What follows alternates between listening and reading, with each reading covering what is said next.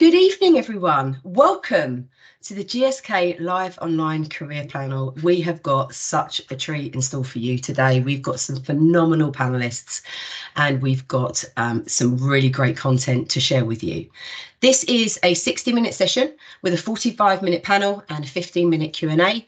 We ask you to keep your cameras off, your mics muted throughout the session, and to communicate with us in the chat function. Bearing in mind, we'll be doing the questions mainly at the end. So if you want to save them until then, it might be a good idea so you don't miss that.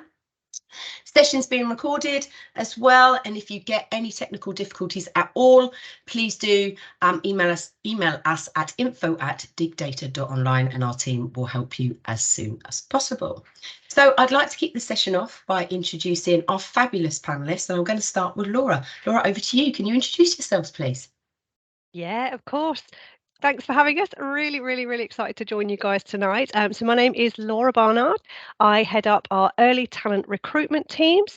So looking after the teams that recruit our apprentices, internships and graduate programs here at GSK. So yeah, great to meet you.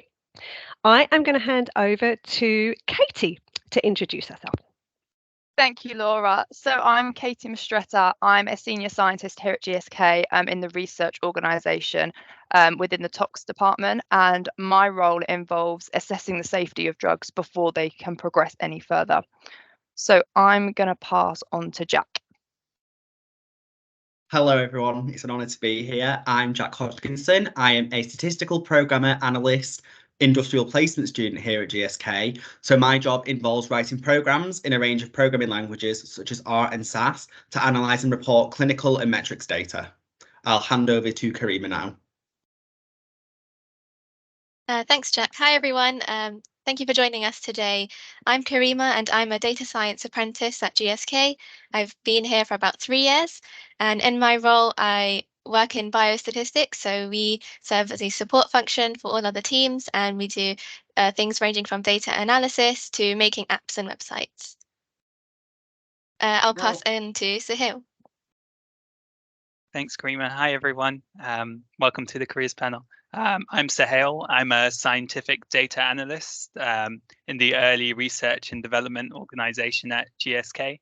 And generally, I build a lot of data infrastructure and do data analysis to help make good decisions in early research about what candidates to take forward and which ones not. Looking forward to answering all the questions. Fantastic. And we can't leave out Chrissy Fletcher. I just want to say Chrissy is the lady that really is responsible for partnering with Dig Data and making this wonderful session happen today, and all of the incredible virtual work experience sessions that you may have all been involved in the last couple of weeks. So Chrissy, on that note, you've got to do an intro now. Thank you. And I'm Chrissy Fletcher. I'm one of the vice presidents in biostatistics at GSK. I've been a statistician for over 30 years, and honestly, it goes by like a flash.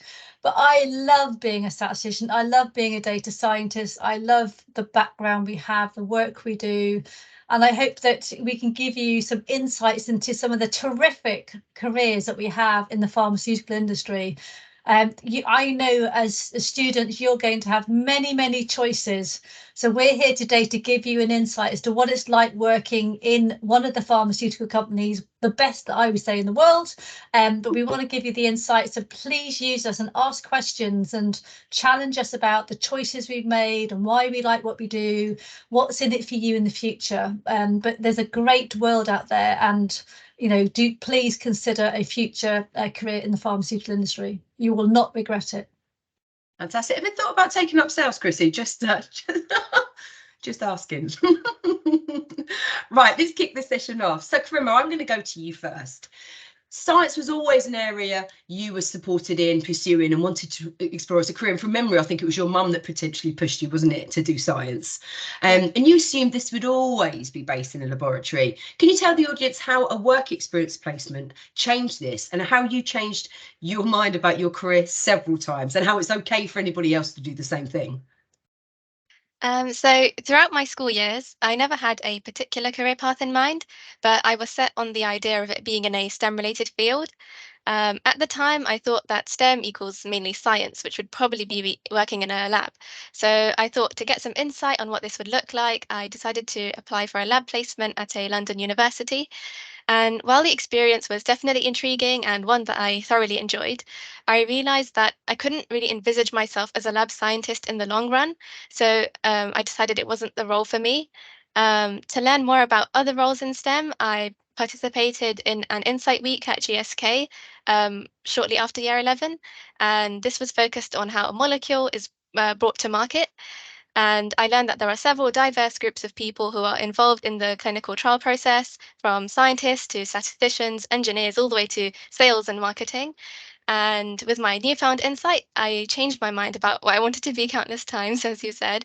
It was literally maths teacher one week, pharmacist another, and I even entertained the idea of being like a nutritionist just because I like food.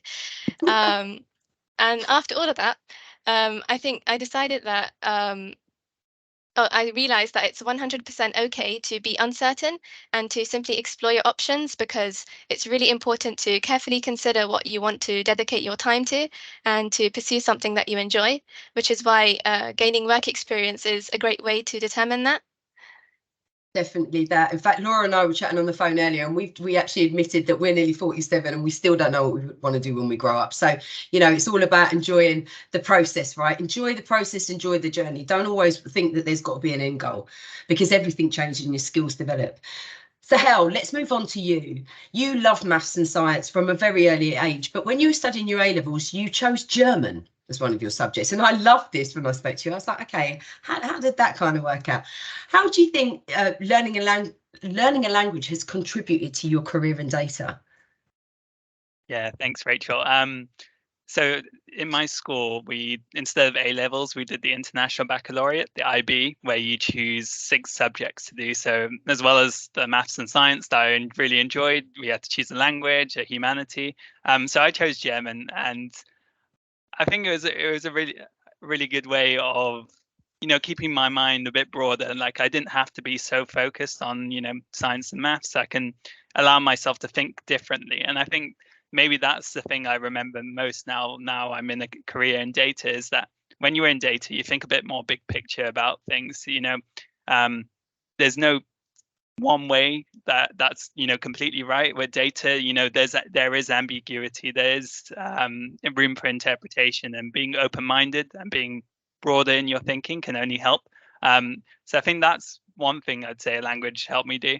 I guess when you asked me the question, Rachel, it did make me also think that, you know, languages like German, you know, they have grammar, they have a particular way of speaking, of writing and reading. And in a way that is kind of similar to programming, in that, you know, all the languages are slightly different, but, you know, maybe they're, you know,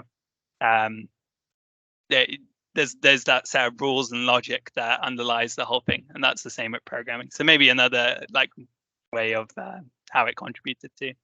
Absolutely. And I guess another way of showing that, like you say, there's so many different subjects that you can bring back to data all the time as a benefit and as a contribution, and something different to what maybe one of your colleagues has as well.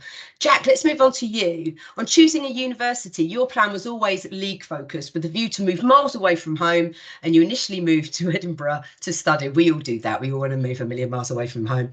Can you tell the audience why this choice didn't go as planned, how you dealt with this, and what you did to get yourself back on track? What did you learn about yourself during this process? And I guess your answer here is going to be really important, because there'll be lots of budding kind of A-levels people that are thinking, you know, what am I going to do? Am I going to go do an apprenticeship and move away? Or am I going to move away in university? So this is really key information. Yeah, so thanks, Rachel. So when I was growing up, I was always kind of told that I should aim for the top universities. That was considering my grades and my academic record. I also thought that one of the whole points of university was moving as far away as you could from home and kind of building a life for yourself.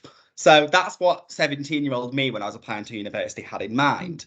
I thought that going to a top 5 or 10 university would mean that I'd made it in life and guarantee me a successful career in one of these top companies like GSK.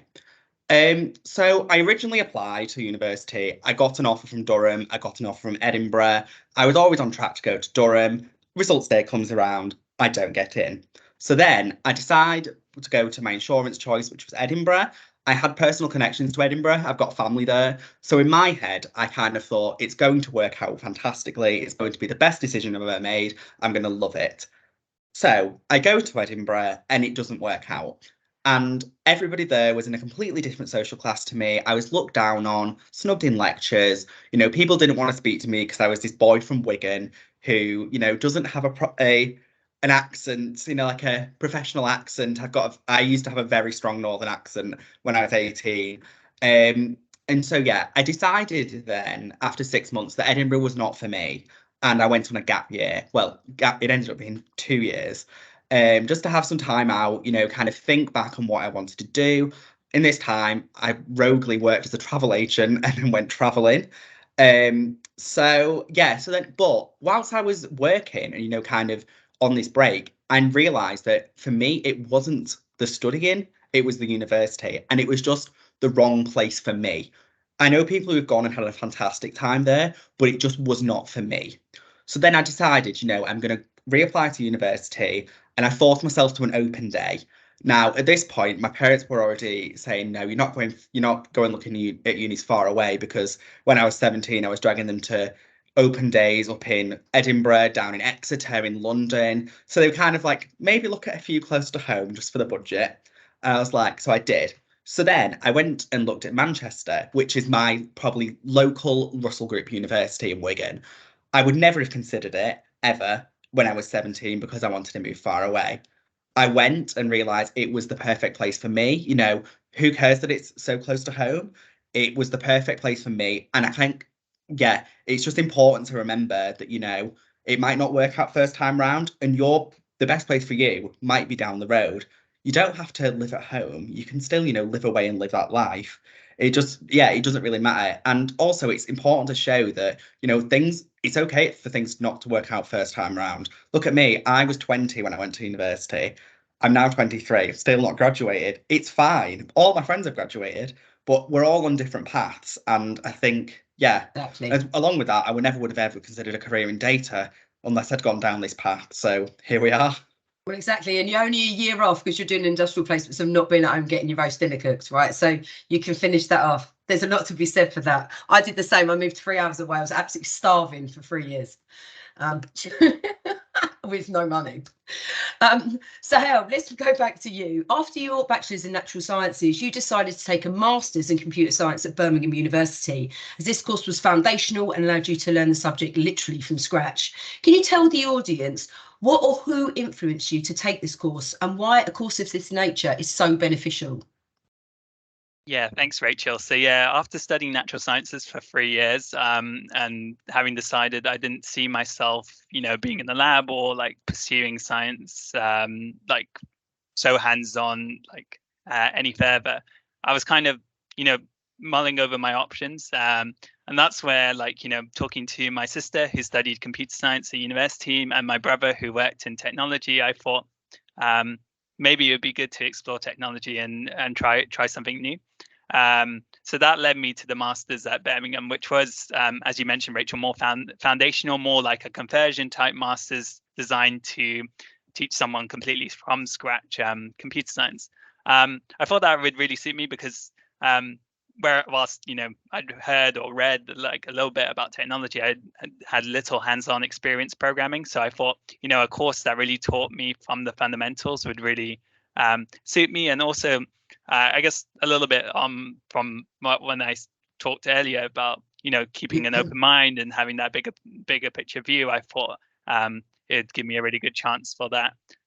So yeah, I studied computer science for a year at Birmingham University and really enjoyed it, and I felt like that's been the springboard for for then moving into data and my current work at GSK. So yeah, very pleased with doing that master's and making that decision. Absolutely. And I love the fact that when we talked about it, you talked about the fact that it was a foundational one. You literally wanted to learn this stuff from scratch and really kind of, you know, you clearly love to learn, Sahel, you know, and you literally inhale it, which is brilliant. But you like to go to the beginning and learn something and to push it forward. And I think that's a really good lesson for everybody here. Katie, we haven't spoken to you yet. Hello. Hello. Right. Hi. When you finished your A-levels, you applied for university and degree apprenticeship schemes. What made you decide that an apprenticeship was right for you, and why GSK? Very careful here. You've got a couple of your bosses on the call. We've got to be careful. So I've been at GSK almost 5 years now. So I was applying back in 2017, 2018 time.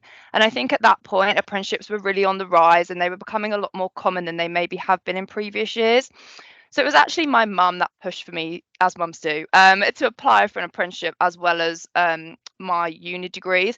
And that was because she said that the best position you could put yourself in at 18 was to have options. And I completely agree. So it rolled around results day, and basically I had these two options of my apprenticeship or my university route. And it actually kind of bottled down to, when I was being honest with myself, was I going to university for the moving away, for the fun, or was I going, for the education? And, after all those years at school, actually, I wasn't too interested in doing, studying full time any longer, if I was being honest with myself. So I decided to choose the apprenticeship route, which meant I could study 1 day a week and then work the other 4, which has worked out great for me, and I've enjoyed it. And I've not burnt out by doing it that way, which I think is so important. So that's kind of why I chose that route. And then GSK, there's 2 reasons mainly. I always knew from a young age that I would want to go into a job which was helping people. It used to be a vet. I wanted to be a vet for ages. And everything we do at GSK is for the patient. Everything we do is to help others. So it kind of went along with everything I always wanted to do when I was growing up, although I'm not a vet. And then the second one for me, being fresh out of school at 18, is I wanted to go into a big company. I wanted to go somewhere which would have people that I could learn from with loads of experience and that could answer any questions I might have and help me learn. So they're 2 of the reasons why I joined GSK, and I've loved it over the last 5 years. Wowza, they are 2 very good reasons as well. Brilliant. Really inspiring, actually, because again, Laura and I were chatting about, what people think, parents and children think about, do I go apprenticeship, do I go university? And I think the lovely thing about, right now is the fact that actually employers, appreciate both routes, and you really are. The time is now to kind of learn and progress exactly how it feels right. Karima, data science was a career that you had no idea that existed in 2019. Where were you? And if it wasn't for being on the mailing list at GSK, you may have missed out on knowing about their data science apprenticeship scheme. This seems unbelievable when there were at least 100,000 vacant data roles in the UK at the time. But can you tell the audience how you researched it was the right career path for you? Data science, I mean. So when I was in school, there was no data science as a mainstream subject, and it wasn't something I'd ever heard of before, and we didn't have much any workshops about it either. The typical ones would be about becoming a scientist or going into something more corporate. So the most I knew about anything technology related was based on whatever I learned at GCSE for ICT, so like Word, PowerPoint, Excel. And during sixth form, as you mentioned, I received an email from GSK about some new apprenticeships they were offering, and data science was one of their options. Curious about this new subject area, I decided to do some online research. So this started with YouTube videos, online coding courses, and then I got inspired and thought, let me try a week-long coding program, and ended up really enjoying that. I came to find that I quite like the practical, hands-on approach to coding, and I really enjoyed the satisfaction of seeing something I wrote come to life, be that a graph or a model or something. The apprenticeship being at GSK sort of ticked the final box for me for various reasons. It was like the perfect combination of my favorite subjects, maths and science. The company values aligned with my own, and I also shared that passion for contributing towards the development of treatments which help improve the lives of patients around the world. So similar to as Katie was saying, helping people was like something I really liked about the company. And research in general is really important because it allows you to not only learn more about the subject and industry you're looking into, but to determine whether it's the right company for you or if it's the right discipline area. Fantastic. What a great way of finding out and actually determining whether it is the right career path for you. I'm sure you've inspired lots of people here today on their choices. Laura, let's bring you into the mix. GSK have a wealth of data careers and entry points into the business. How important is it to GSK that they build a diverse talent pipeline? Yeah, it's a really good question, and it goes without saying it's really important. And honestly, there's so many reasons why that's important. And not least, and hopefully from kind of hearing from everybody today, not least because a diverse group of employees, a diverse group of people, a diverse group, but a diverse group of employees brings so many things to the table, whether that's a different perspective, a different level of experience, and different ideas, different ways of thinking.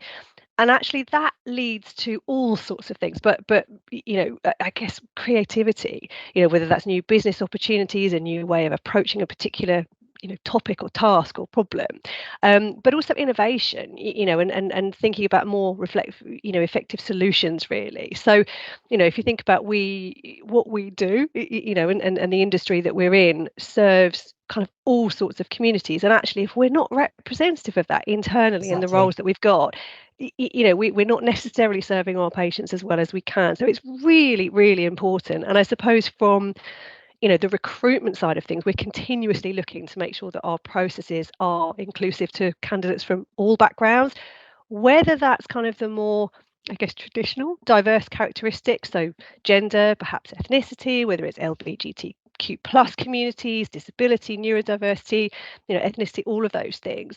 But also things like, picking up on Jack's point, also things like the different university that you went for. Yeah. So a lot of our processes are actually blind. We don't look at names, we don't look at gender or ethnicity or anything like that. We don't look at the university. So there's nothing that's kind of, it's purely based on your approach in the in the recruitment process. And that just helps us make sure that actually we're bringing in people with the right sort of strengths for the roles that we're recruiting. And it really does help for us to be as really inclusive as possible. So having that diversity, and our early talent programs are a really great way of bringing in new ways of thinking, and particularly new generations and all that, all sorts of things. But it's a really, really important piece for us to ensure that we continue to do that. So I guess that's partly on the recruitment side. Once people are here, we have some amazing employee resource groups and things like that. So this is well to make sure we've got talent coming in, but to make sure that we've got these resource groups that are employee-led communities. Lots of, they're not all kind of around diversity, but they are kind of employee led, and there's some fantastic kind of diversity groups that we have. And it's to make sure that those voices are heard, that people have got a community, their voices are heard, they're working with the business to kind of challenge ways things are done, really, to make sure that not only we bring in diverse talent, but we keep them, so Absolutely. Hopefully that gives you a bit of insight. But it's incredibly important. It really is. It sounds fantastic. I don't suppose you've got any open roles, have you? I'm thinking about applying myself.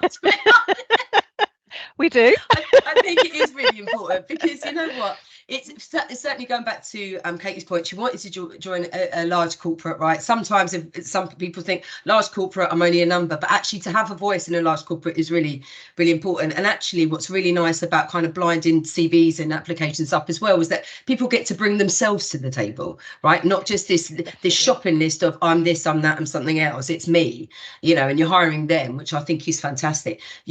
Long may it last, and it's just a shame that it's taken everybody so long to kind of get to this point, but nice to see. Jack, let's go back to you. Your university course initially was a 3-year degree without a placement, but you were given the opportunity to include a placement year. Why was GSK the right choice for you? Yeah, so thanks, Rachel. So to be honest with you, when I started my degree, a placement year is something I would never have considered of. I just wanted to get my degree done and kind of get on with life and start earning, the typical route. But then at the end of my first year, they started to talk about placement years. And I thought, this is actually a lot better opportunity than I'm making it out to be. It's a way to not only stand out in the job market when you're applying with a year's experience in industry, but to really develop yourself ready for the world of work, and also to help me find out what career I wanted to pursue. I had no idea what I wanted to do at the end of my first year. So it really, for me, I thought this is a great chance to give something a go and see if I like it. So when I was looking into placement years, I knew that I wanted to work with helping people. I didn't know in what capacity that was. And I kind of stumbled upon the pharmaceutical industry, which I realised was the place I wanted to be. I wanted to be, you know, somewhere where I'm helping people, but in the background, using my maths degree in a way that I can still help people, but obviously I'm not going to be on the front line, which is very much not my cup of tea. So I went into a meeting with university and they told us about all these openings, and there was loads for pharmaceutical companies, but they were all closing that week. So they were like, get your application in, sort it out. So I just applied for a load of pharmaceutical companies kind of on a whim. GSK being one of them. But obviously I looked into the roles. This GSK one was biostatistics, which was so up my street. I loved medical applications and statistics. I loved that kind of area. So I applied to a range, and then I really thought, no, let's now research the companies that I've actually applied for. When applying, GSK stood out by a mile for me. Not only was the ethics really aligned to my values, the location, which was really important, you know, working close to central London and living in London was a huge opportunity I've wanted to do all my life and never got around to it. And the culture, you know, all about this doing the right things for the patients really resonated with me, and I loved it. And also the fact that the company CEO is a woman was a huge draw to me. It's not something you have in this industry at all, or in top companies. So to have, you know, someone like Emma leading at the company was a huge factor for me. So then I applied, I made it through the stages, and luckily I got the job. And I can confirm most definitely GSK was the right choice for me. You know, it's such a supportive environment. And like Laura was saying, you know, it's so diverse and inclusive. You meet people from all over the world, and you just have constant interactions and networking. And I don't think, and for me, any other company would have matched it for my placement year, and now probably will ever match it. Well, there you go. Not only that, we can't say that the other companies would have dug data. You don't know that you'd been on a panel session tonight sharing the love, and that's really important. So, you know, hands up to GSK. Jack, I'm going to ask you a quick question here, and this sort of reflects on what Laura was saying earlier. You've been a member of several societies and leadership groups while you've been at GSK, and you're now the co-site lead to the new Spectrum programme. Can you tell us why this has been a focus of yours and how it's given you broader visibility to GSK as a company, and how this might have benefited you as an individual as well? Because I guess this is quite important for people that, you know, maybe have considered or not considered being part of a society at university or when they've joined employer. It's just about, you know, giving that bit of advice to everybody. Yeah, well, to be completely honest with you, I joined no societies at university. I just wanted to have fun, you know, enjoy my evenings like students do by going to the pub, socialising with your friends. And I always just wanted to focus on my studies. Societies was never anything I wanted to do. I thought, you know, my maths degree is too intense. I don't have the time. However, towards the end of my second year, I really started to have this feeling of regret that I hadn't got involved. I really wish that I'd made more of an effort. And I kind of looked at everything on a plate and said, you know, I've got a year, you know, where I'm going to a company. I think this is a great time for me to make the most out of my time and get involved as I can. So when coming to GSK, I found out about all the different ERGs, employee resource groups, which would to get a wider visibility of GSK as a whole, the company, and learn about our diversity. And I also thought it's a great way to connect with employees from all different genders, sexualities, and ethnicities, and people from different countries. It's a great way to network, you know, not in a corporate sense, but in a way just to make those connections. So I joined Spectrum, the WLI, and I also joined Embrace. Spectrum was one really close to my heart, as I do identify as LGBT.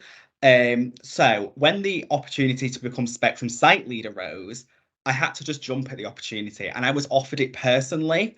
So I kind of felt like, you know, this is something I have to do.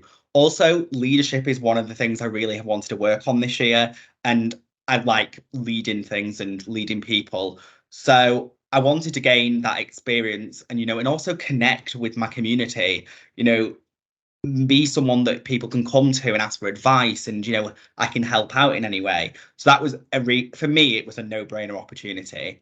So the whole experience, you know, of getting more involved whilst on my placement year and getting more involved with Spectrum, WLI, etc., it showed me that you only get out of situations what you put in. And in getting more involved with all the EIGs, it does give you that sense of community, and it gives you a purpose, and, you know, it gives you something else to focus on outside of your day job. and makes you really realise why you're at that company.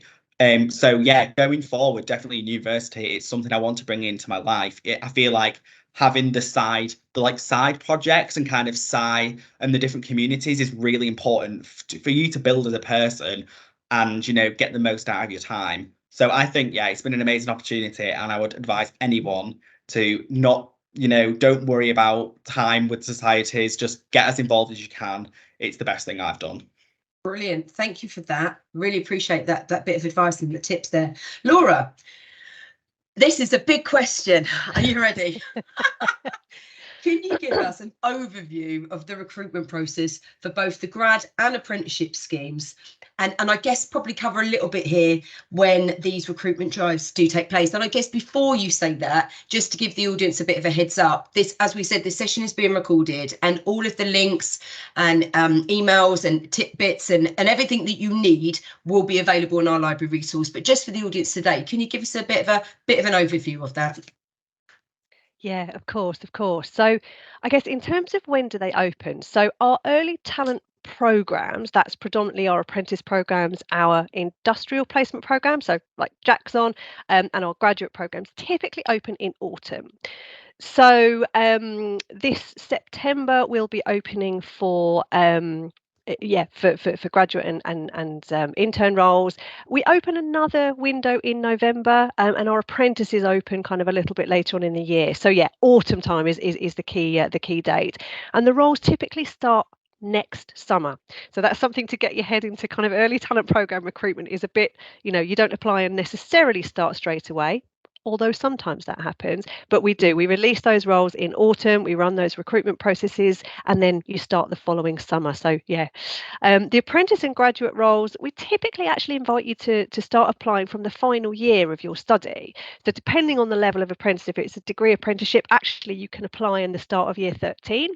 If it's a level 3 apprenticeship, you can apply in the start of year kind of 11. And for the graduate roles, actually it's your final year of study.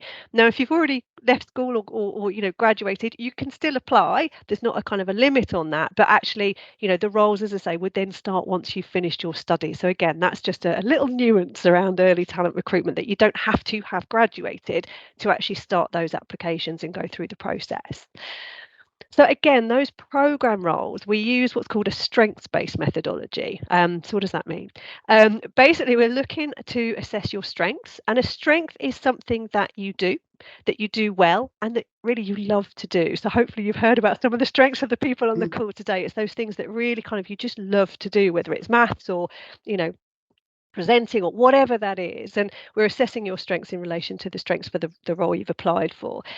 You don't need to have had previous experience. I think that's a really important one. CVs aren't necessarily used in the process. You know, there are questions, there are processes, but it's really inclusive, and it's really designed to be inclusive. It doesn't need you to have had a whole heap of experience or come from a particular school or university or anything like that. So for the programs, again, the first stage is it's called The World of GSK. Obviously, and that is an immersive online assessment centre, and really it's designed to give you a much better insight into who we are as a company, what we do, and really help you decide if we're a company that you know that you'd like to work for, whilst we obviously make sure that you have some of those core strengths that we need. So we kind of show you some videos featuring some of our colleagues. They are really GSK people, you know, who tell you about what they do at GSK, and then we set up some scenarios and ask how you might approach those. You don't need any prior knowledge of the pharmaceutical industry. You don't need to have a kind of previous experience. You don't need to know everything about GSK. That's part of it. You're learning about us through that process, and actually you don't need experience, you know, through the process anyway. But yeah, hopefully it's interactive and you get to learn whilst we're obviously starting to assess you. Now, after that, for our degree level apprenticeships and our graduate programs, you're invited to complete a job simulation, a GSK Life job simulation. And again, you're presented with a scenario and some key business facts and asked to respond to some questions. Now, that might be multiple choice, that might be some written questions, or it might be videos. There's a range there. But again, it's designed to be quite kind of immersive in its sense. And it's not an exact job preview, but it gives you kind of the types of work that you might be involved with. that's really also your chance to tell us, more about you. Tell us why you're specifically interested in the program that you've applied for. And really, really kind of tell us why. Get that passion, and that's those things that you love to do. Is that's the chance to tell us all about it. And again, you don't have to have had prior work experience to do well at that stage.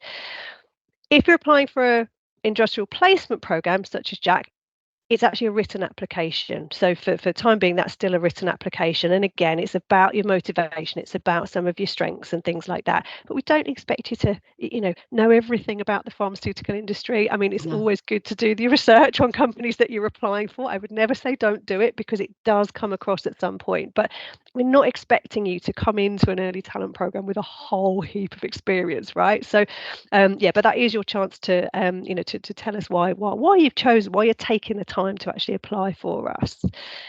And I guess the final stage of the process is an immersive assessment centre or an interview day. And that's typically half a day.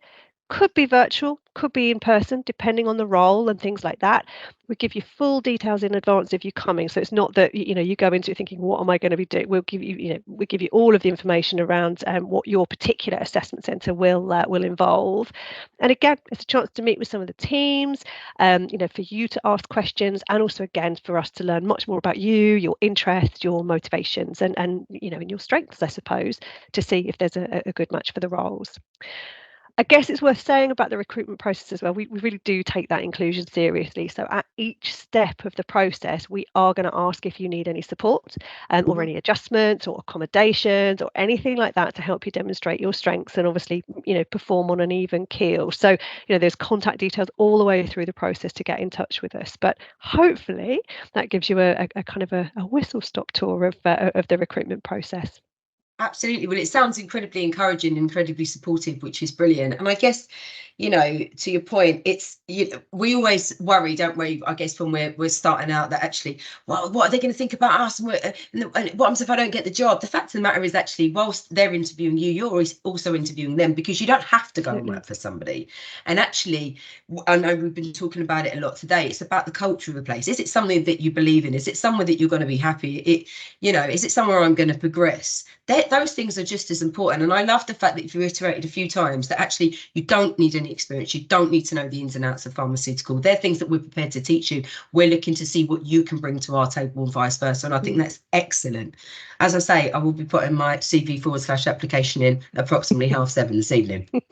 Right. Okay. We've got 5 more minutes. I'm going to do 2 more questions. Okay. And I'm going to go with Karima. You're a data science apprentice within GSK's R&D department. Can you tell us a little bit about the type of projects you work upon and why creativity is a skill that helps you in your role daily?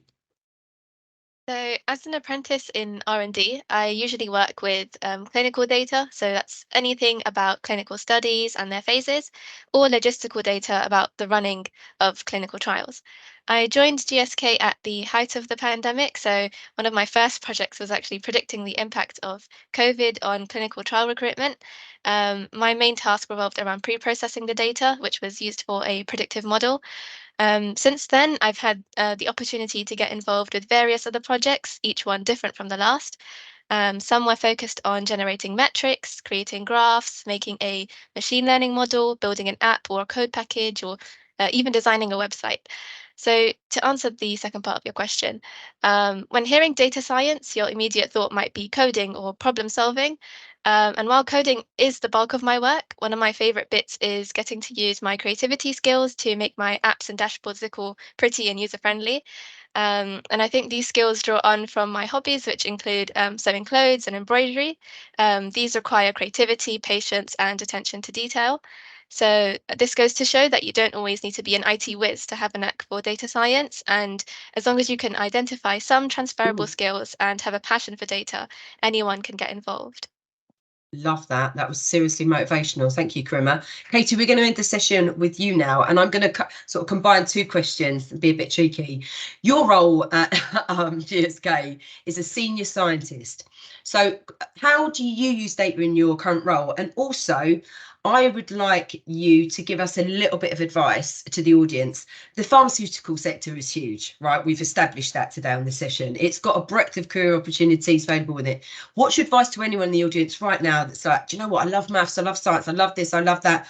I don't know what to do. I don't know where to turn to. What would be your advice right now to them after you tell us how you use data in your role? Okay, so for the first part, I guess I'll start there. So I kind of use data in a completely different way. So my role as a scientist at GSK is actually generating the data more than looking at it. I'm sure I pass it on to my colleagues on the phone when I need it more interpreted. But actually, in my area, we are generating that data. So we are in the lab, we are running the experiments, the assays to generate the data that we need to then look at.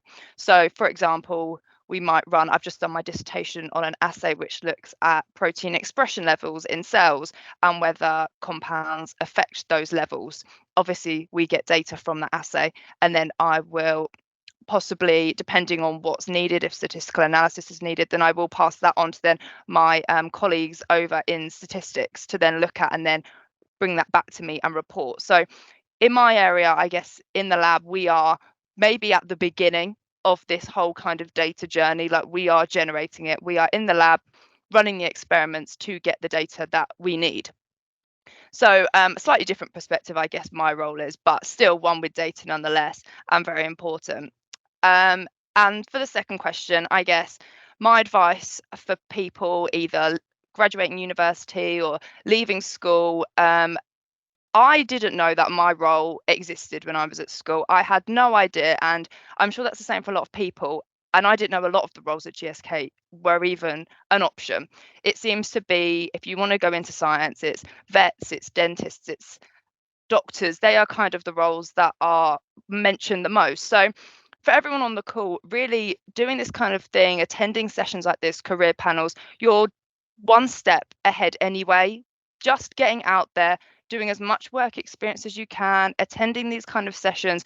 You really want to hear from people that are in their careers and doing it day to day, because that's the only reason you're ever going to learn a kind of what is out there, apart from those kind of more typical conventional roles that are, you know, your standard ones that you hear about all the time. There's so many more out there. So I think what you're doing right now and listening to us and spending your time to listen to us for the last hour is exactly a step in the right direction. So just keep doing it and keep going. If you don't find a role that you like the sound of, you know, look somewhere else. And that's the only way you're really gonna kind of get to grips with it and then understand what you do and don't like. I'm sure, you know, we probably have all landed here some way and we may not have really realized how we've got here. So, you know, you'll fall into the right path.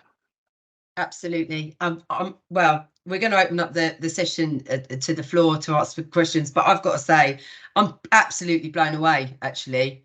I would to be 20 years younger, is all I've got to say, because if I could have listened to people like yourselves and just had an ounce of that direction, you know, who knows where, you know, we could have gone.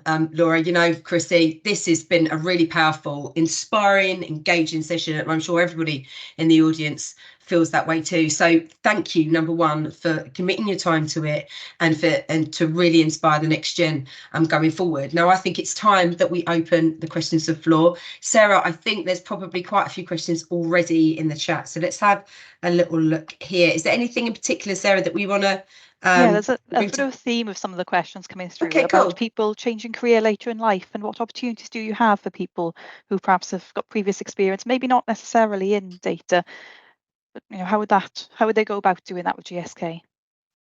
Laura, would that be a question that we could pop over to you? Do you have many people that career transition into GSK, either somebody that studied or just purely moved in from a career transition perspective?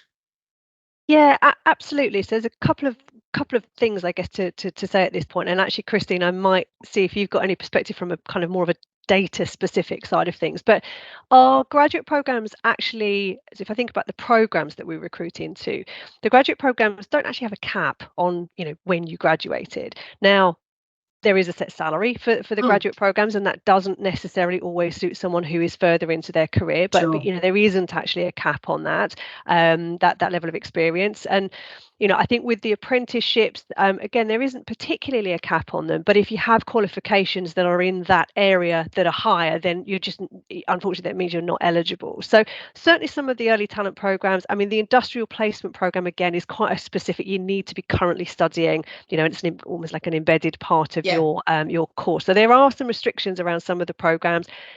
But as I say, graduate programs, there's no, there's no cap on kind of when you graduated per se. I think the other thing in terms of career change is that, absolutely. I think it's really difficult to give you specifics on that, but sure. Honestly, the career site will give you everything that is live at this point in time. And I think keeping an eye on that, you might not always see something that's of interest to you, but genuinely keeping an eye on that is a really good place to start. And it just gives you a flavour of what's available at that time. I was going to see, Christine, if you've got anything from more of that kind of data perspective as well that might be useful for this audience. There's lots of opportunity to change career, and remember, a lot of skills are transferable. You might think I've got a very specific skill set, but you'll be surprised that skill set can be used in many different roles. At the end of the day, you'll need to do some research, and it's really good to try out different roles. And most employers, and GSK's up there, we love people moving roles because they get that diversity, they get that breadth of experience. So if you're curious and you're willing to try and put yourself out of your comfort zone, you will be supported. You'll learn new things, but there's lots of things you can do, and it's no longer there one job for life. That the roles are changing, especially with digital and data in particular. We're all dealing with data all over the place in any role. So underpinning it is a particular skill set, communication, creativity, whatever it is. So do not be put off. Your skills are very transferable. Fantastic. Thank you for that. Sarah, anything else that we've got in the chat there that we can... Oh, yes, there's lots of questions. I think we may not get to all the questions tonight, so send them through to info@digdata.online if we don't manage to answer them tonight. But another one I've seen pop up a few times is, if someone is applying and they've got autism, is it an inclusive process? Could you describe that a little bit further, perhaps the accommodations that could be put in place? Yeah, absolutely. And this is something that we, we want to make sure that the process really is inclusive. And there are lots of, kind of people within GSK that are on the autistic spectrum or have all sorts of kind of neurodiversities there. Some of the things that we do, we, as I said before, do make sure that the contact details are available at every stage. And we do ask at every stage to get in contact with the recruitment team to really discuss adjustments that you might need. It's difficult to give you exact kind of, what those adjustments might be, because actually it's going to vary depending on who you are and what your circumstance is. Do you know what I mean? So it's quite difficult to give you, kind of a blanket term of this is what your adjustment is going to be.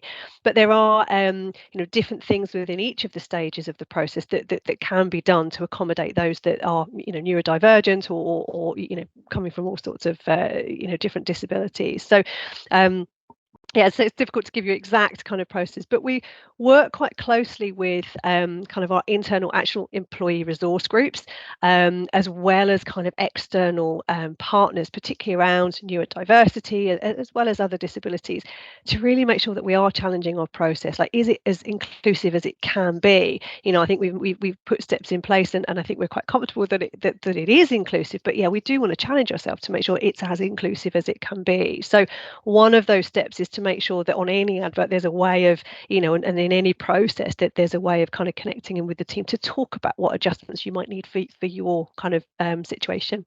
Exactly that. Everyone's an individual, I guess, aren't they? Absolutely. And you always think you've got something covered and then something else comes up. That's really encouraging as well. Sarah, over to you. Any more in the chat? Oh, yes, lots of questions.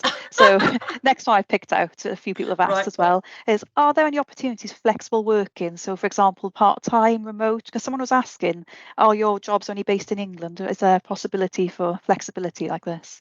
Can I take that one as well? Yes, there's loads of flexibility. And in fact, with COVID, it really did change the dynamics a lot.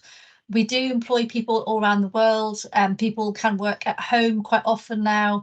And if you're in a lab, all the time you're in the lab, so you do need to be in the lab. So it depends on the role you have, but there's now so much more flexibility, and actually people need to be sort of embracing that, and it has really changed the workplace. It's given a lot of people flexibility, and that's both from the employer point of view, but of the employee as well. So we have really embraced that at GSK, and underpinning it all, those we all want to be a team, and we all want to work together and network and see each other as well. So it's how do you get that engagement as well? It's a balance between having flexibility but also feeling engaged and getting that team spirit, because we are human beings after all. We like to have that social networking, so that's really important as well. Absolutely, that's great. Thank you, Chrissy. Sarah, I'm just going to say there's a couple of questions now about the recruitment process and the application process. Just to reiterate that, because that is quite a lengthy response. Laura and I have been chatting earlier, and there is going to be some more details about the application process that's going to be uploaded onto the library resource, along with a number of email addresses that you can reach out to, and careers links that you can investigate on a regular basis. And Laura, I think it's a great idea if we explain the kind of different when the recruitment drives start and when they potentially start for years 11, years 13, etc., and we can pinpoint that and get that out. That was most likely to be available on our library resource this time next week. Okay, just to give you all the heads up, and we can make sure we've got everything for you. So if any of your questions are around that right now, we will answer that. We've probably got enough time for 2 more questions. If any of the questions in the chat haven't been answered, we will make sure we get them to everybody at GSK, and hopefully they can answer them in the next few days. Sarah, 2 more questions, please. That's great. That did summarise a lot of the questions. There you go. So, yes. Another one I see popping up a few times on here is there anything for children in secondary school that they can get experience with GSK? Or... Big data. I know, I was thinking that's I think people want even more. Aside from that, anything? Well, can I ask, an organisation called Statisticians in the Pharmaceutical Industry, and we do go out to schools to try and educate people about, and this is about statistics and programming in the pharmaceutical industry. But yeah, there's so many schools in a particular country, it's really hard to reach out. So there are lots of different resources, and GSK do have come to work for the day as well, and try to encourage children to get an insight into the workplace. But we are trying to reach out as an industry to see how we can share, both from a science point of view, a data point of view. So it takes time to reach out, but we do have networks now developed. And again, Dig Data, what Rachel's doing is fantastic. When I was at school, I didn't have this career advice, and I wish I had what Rachel put in place. So we're really glad to support this, and other sectors are also in looking for people with data skills. But we need more in our pharmaceutical industry. It's a very rewarding industry to work in. You are benefiting patients. I can't reiterate that enough. We're all patients at the end of the day. So there is a lot of support. We're trying to educate kids. What kind of things do they do? What kind of things could you grow up to be? And working in the industry, a data scientist, a scientist like Katie, they're all valuable roles, and they're so rewarding. Absolutely that. Thank you very much. That's great. One more question. The final one, Sarah. Make it a good one. Okay, so last one then. Do you offer anything like data taster days for university students or graduates?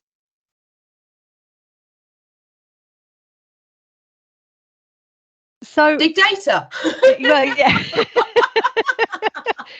So they're not so much in the university space. So there are, I guess, building on from the last question, there are some of the sites that at GSK do run some insight days for school work experience and things like that. Often they will be reaching out within the kind of locality of the site, and sometimes we do have some virtual work experience as well, but they're typically for school leavers or school age children at this point. So yeah, not so much at the university. That said, once a year we do hold something called GSK Revealed, which is aimed at first year undergraduate students, really to get a taster of, again, similar to this, who are GSK, what do we do, and come into the office. And now coming back into the office, they went virtual for a couple of years to learn more about GSK. So there are some kind of insights taster sessions, but yeah, at the moment they're more in the school leaver and more driven by our sites. So I hope that answers the question.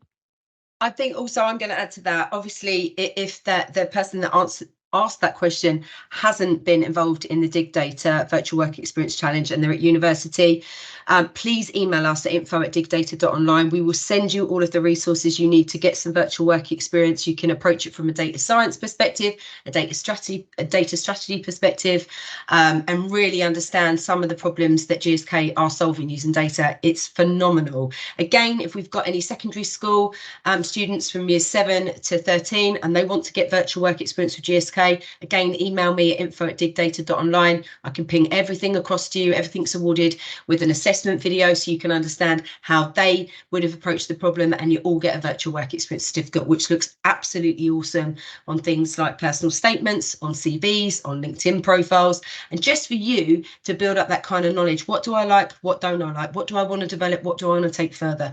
These are really key little triggers for you to start making the right move in the right direction. Well, look, that is all we've got time for today. If anybody's put something in the chat that we haven't had time to answer, we will pull that down and ping that over to everyone at GSK tomorrow to answer in the next few days.